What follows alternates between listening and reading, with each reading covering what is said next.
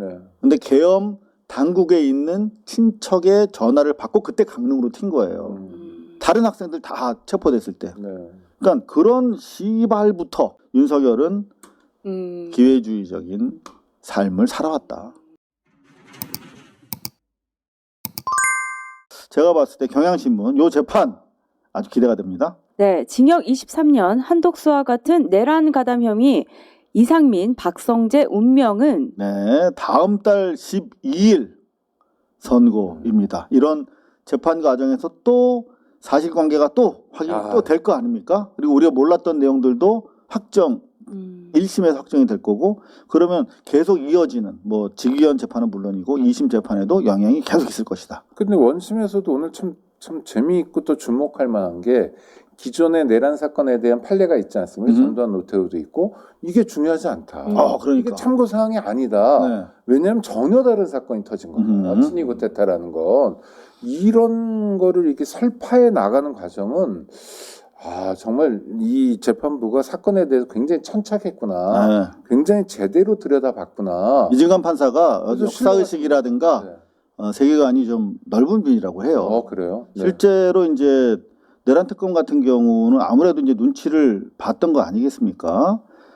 당장 뭐 윤석열 사형이냐 무기징역 가지고도 눈치를 좀 봤어야만 했고, 한덕수 가지고도 15년 때린 것도 사실은 이전에 지난 그 전노 일당의 쿠데타와 관련한 혐의자의 선고 형량을 보고 때린 거거든요. 네. 구형을. 네. 그렇기 때문에 당시 검찰만큼도 구형 안 한 거죠. 그렇죠. 근데 그거 눈치 봐서 사실 그걸 전범을 가지고 한 건데, 이번에 명확하게 이 친위 쿠데타 위험성에 대해서 이진관 부장판사께서 언명을 해줬고, 사실 그게 누가 봐도 맞는 합당한 논 거잖아요. 우리가 어떻게 부정하냐고. 많이 얘기하지 않았지만 굉장히 중요한 핵심을 짚은 거예요. 이거는 사실 그게 입 밖으로 의미 있는 공문서로 나오는 순간 그거를 뒤집긴 되게 어려운 거예요. 이게 새로운 판례 몰라서 그렇지. 새로운 판례를 만든 거예요. 맞습니다. 대진관 판사가 새로운 판례를 형성해 놓은 거예요. 대진관으로 하네 이제. 아니 시키는 대로 저 굉장히 빠릅니다. 그리고 제가 하나 좀 정정하고 싶은 게 있는데, 윤석열에 대해서 사형이냐 무기징역이냐 막 이러면서 그 논란 와중에 네.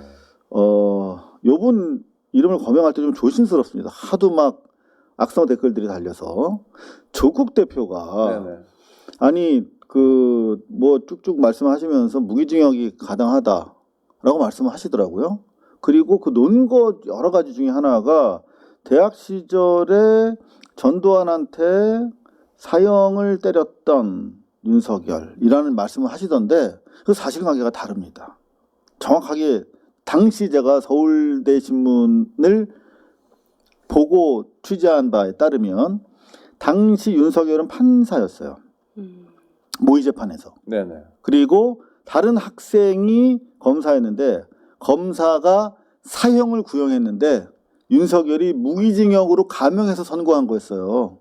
그러니까 봐줬다라고 하는 게 맞는데, 마치 과거 학생 시절에는 전두환을 사형 또는 뭐 무기징역으로 엄단했던 사람이 결국 이렇게 타락했네? 요런 논리는 안 돼. 원래 그랬던 자다. 근데 아무리 저 같은 대학 같은 과를 나왔어도 네. 그게 80년대 초반 얘기 아닙니까? 옛날 얘기를 지금에 와서 소환해가지고 윤석열을 평가하는 근거나 자료로 삼는 거는 아니 그건 자유인데 적어도 정확한 팩트로 했어야 된다는 아니 거죠. 그러니까 자기도 법학자고 또 뭐 구멍가게도 아니라 정당의 대표인데 옛날 학창 시절을 떠올리면서 그런 얘기를 논거로 삼는 거는 좀 아니에요. 여하튼 간에 그리고 나서 그러니까 사형 구형된 전두환을 무기징역으로 봐주고 바로 도망갔습니다. 근데 그 과정이 어떠냐? 전국으로 계엄이 확대될지 아무도 몰랐어. 네. 근데 계엄 당국에 있는 친척의 전화를 받고 그때 강릉으로 튄 거예요. 다른 학생들 다 체포됐을 때. 네. 그러니까 그런 시발부터 깜짝이야. 시작점. 네. 시발점부터 윤석열은 기회주의적인 삶을 살아왔다. 네, 이런 말씀 좀 확인해서 다시 한번 드립니다. 한결같네요. 네, 사람이 변하지 않습니다. 예, 맞습니다. 네. 그런 것 같습니다. 자, 그런가 하면 오늘 또 기분 좋은 소식. 있던 곳으로 진실이 돌아가는 JTBC. 네, 이재명 대통령 피습 사건, 테러 지정, 배우 공모 여부 재수사. 아, 이거 다 시원하네. 뉴탐사에서 그때 당시 현장 저기 내려가서 다 강진구 밝혀냈잖아. 예. 강진구 기자가. 예, 이거 진짜 속이 다 시원합니다. 저는 이게 강진구 기자의 그 당시 보도를 보면 이 테러 한 사람 범인이 그 당시에 그 세계로 교회라고 거기 그 교인들과 굉장히 밀접한데 이 세계로 교회 신현보 목사가 극우 세력 그리고 과거 국정원 세력 굉장히 연루가 깊고 뭐 윤석열 뭐 그 일당들하고 굉장히 정적으로 깊숙한 교회인 게 확인이 되거든요. 근데 그 세계로 교회에 실제로 많이 그 사람이 다녀갔고 그 테러범이 이런 징후들이 확인이 되고 전날 그 벤츠로 벤츠남 그죠? 숙소에 태워준 자도 그 사람도 세계로 교회 신자고. 네. 그러니까 이런 부분들이 다 확인 그 기자가 수사권도 없는 기자가 그 정도로 확인을 한 거예요. 그런데 이게 그 당시에 뭐 부산에 무슨 경찰이 이런 것들을 사실 확인도 안 하고 그냥 이건 그냥 단순 그냥 뭐 해프닝처럼 개인의 일탈. 예, 개인의 일탈로 수사를 마무리해버린 겁니다. 이게 테러 방지법으로 당연히 수사가 더 깊숙이 돼야 되는데 너무 제 입장에서는 정말 속이 다 시원한 결정이네요. 첫째 이게 테러냐 아니냐를 가름해야 되는데 테러인 까닭은 뭐냐면 이재명 국회의원이잖아요. 헌법기관.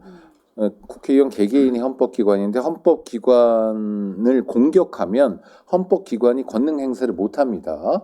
이번에 내란도 마찬가지였죠. 국회를 막은 거는 헌정질서 파괴행위예요. 그러니까 테러가 되는 거예요. 아주 자연스러운 네. 논리 전개입니다. 정치적 목적의 그 두 번째는 범행입니다. 이재명 당시 국회의원 당대표는 어떤 사람이냐면 다음 대선이 열리면 국민의 선택을 받을 가능성이 농후한 사람이에요.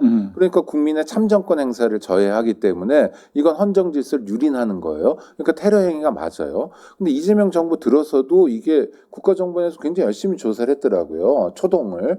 그런데 그 국무조정실에서 이제 해야 되는 거예요. 그런데 국무조정실장이 반복해서 이거 테러 아니다. 라는 입장을 밝힌 거예요. 그래서 한동안 떠 있었어요. 맞아요. 왜냐고 그랬더니 자문 변호사한테 물어보니까 아니라던데요. 그러면 안 되거든요. 이게 연구 대상이고 이게 그러니까 논거를 가지고 해야 되는데 그래서 국무조정실장은 좀 실망스러운데 그걸 하여튼 노력해서 다시 넘어선 거거든요. 저는 국무조정실장이 뭐 대통령과 관계된 건 무조건 따라라가 아니라 헌법과 법률에 대한 기본적인 이해를 가지고 일을 해야 되는데 이런 면에서 좀 부족함이 있는 것 같아요. 더구나 국민 눈높이로 사고를 해야죠. 그렇죠. 네. 정치인이면 국민들은 여전히 강한 의심을 가지고 있는데, 자, 저희 고발뉴스에서 과거에 지난 선거 국면이었나요? 안철수를 인터뷰를 한 적이 있어요. 네. 네. 저 이거 봤던 기억나. 혹시 그 언론에 보도가 난 게 좀 와전된 것 아닌가 해서 좀 직접 말씀 들어보려고 전화드렸어요. 예. 그 이재명 대표 관련해서 예. 목에 긁힌 뒤에 부산에서 죽은 듯 누워 있었다. 요 발언 때문에 지금 좀 보도가 많이 되고 있잖아요. 예, 신문에는 그대로 썼는데요. 혹시 뭐 이렇게 본의가 뭐 와전됐거나 그건 아닌가요? 그대로, 언론 보도 그대로 썼습니다. 아, 그대로 쓰신 거예요? 예. 근데 일단 정확하게 긁힌 건 아니지 않습니까? 뭐, 오히려 더 약하게 말했죠, 사실은. 아, 뭐 찰과상 정도로 보시는 거예요? 뭐, 그거야, 지금, 뭐라고 합니까? 네, 다른 분도 아니고 이제 진단서, 의사 선생님 예, 출신이시니까. 그러니까요. 예, 진단서에 대해서, 말씀을 안 하시니까, 네. 결국은 그 정도로밖에 말할 수는 없죠. 진단서에다 나와 있습니다. 서울대 진단서에 보시면 그 혈관이 상당히 파괴가 된 상태에서 1~2mm만 더 들어갔으면 즉각 사망할 수밖에 없었던 네. 대단히 위급한 상황이었다고 다 나와 있습니다. 그러니까 정말 이 안철수 씨는 손가락도 자르고 정치도 하시면 안 되고 의사도 하시면 안 될 뿐인 것 같네요. 네, 살짝 그냥 저 나무젓가락으로 긁어주고 싶은 이런 얘기 하면 안 되겠구나. 제가 대신하겠습니다. 나무젓가락이라고 그랬습니다. 정말 네. 정말 안철수 씨는 네, 의사 자격증도 반납하셔야 될 수준의 판단력 아니신가 싶네요. 네, 정말 우리가 윤석열을 만나는 과정에 정말 숱한 이제 함께 제거돼야 될 역사 속으로 사라져야 될 인간들이 같이 도드라져서 오히려 좀 다행스럽다는 생각이 좀 듭니다. 의사로서의 직업 윤리만이 아니라 인간으로서의 도리잖아요. 맞습니다. 그러네요. 하여튼 국회의원 동료잖아요. 아무리 뭐 정치적으로 적대적 관계라 하더라도 다른 것도 아니라 가장 민감한 부위가 목 아닙니까?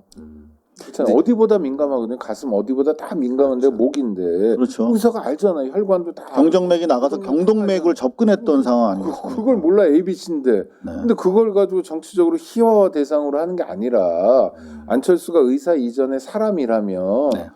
아유 그 정말 큰일 날 뻔했는데 내가 다 놀랐다. 정말 생명에 지장이 없다고 언론 보도를 들었는데 그렇다면 정말 다행이다. 쾌유를 바란다라고 해야 사람이죠. 자, 뭐 박춘하님은 모질이 안철수 네가 당해봐라 태태 뭐 하여튼 이게 사실 민심입니다 민심 그죠? 근데 저 이 쇼츠 기억나거든요. 그때 보면서 정말 깜짝 놀랐어요. 저는 이상호 선배님한테서 한번 좀 물어보고 싶었어요. 왜요?